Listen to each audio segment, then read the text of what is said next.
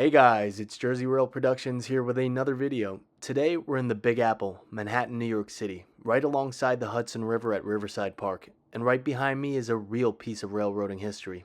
Stay tuned and come along today as we uncover the history behind this New York Central ALCO switcher.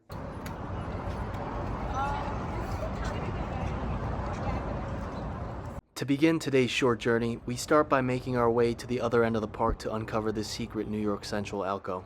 Today, it's a beautiful day outside in New York City, and everyone's outside enjoying the weather, even the geese.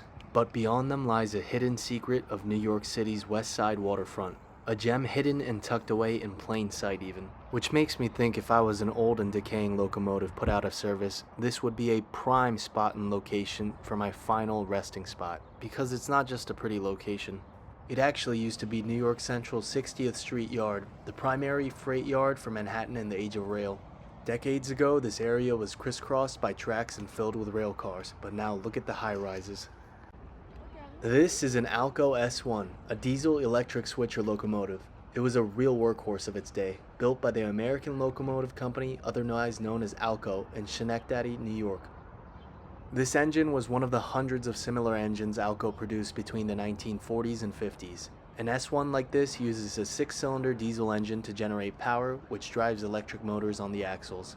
It weighs almost 95 tons and stretches roughly 45 feet long. But don't let its size fool you though. By mainline locomotive standards, it's small, but switchers like this were built for agility and strength rather than speed. They're sometimes affectionately called yard goats because they shuffle rail cars in the yard with sure-footed determination. This engine originally worked for the Erie Railroad as number 307 when it was built in October 1946. When the Erie merged into the Erie-Lackawanna Railway, it kept the same number and kept busy. In 1967, the locomotive was sold to a Brooklyn waterfront railroad called the Brooklyn Eastern District Terminal, or BEDT, and renumbered to number 25. There it spent decades switching boxcars and flat cars on the Brooklyn docks. In fact, it actually worked the waterfront for over 32 years before retiring around 2000. By the time the late 1990s rolled around, number 25 had earned a well-deserved retirement, but instead of being scrapped, it got a second life as a piece of history. In 2006, New York City officials selected this locomotive to be preserved as an outdoor exhibit.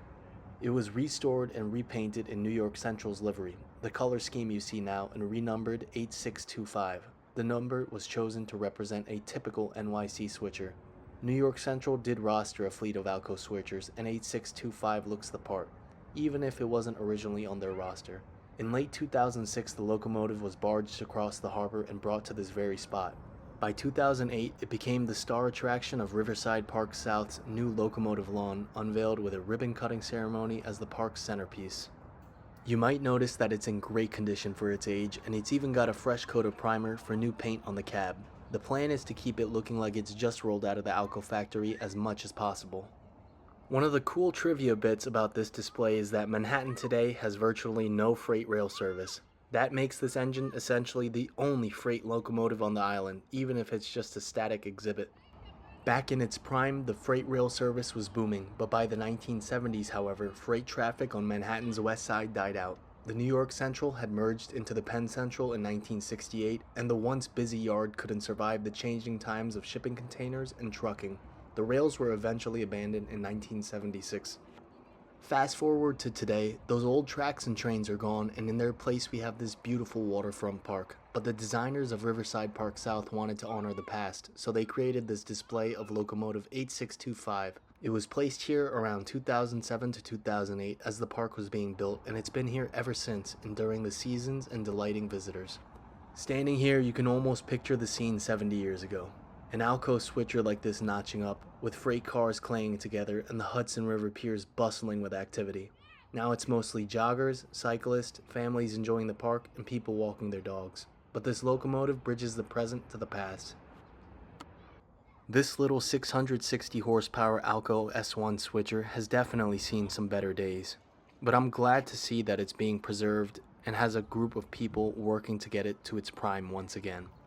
And that's the story of this ALCO switcher, sitting quietly here in Riverside Park. From working the busy Brooklyn waterfront to becoming a permanent resident of New York City history, where the rails may be gone, but the history still stands. Thanks for watching today's video, guys, and I'll catch you on the next one.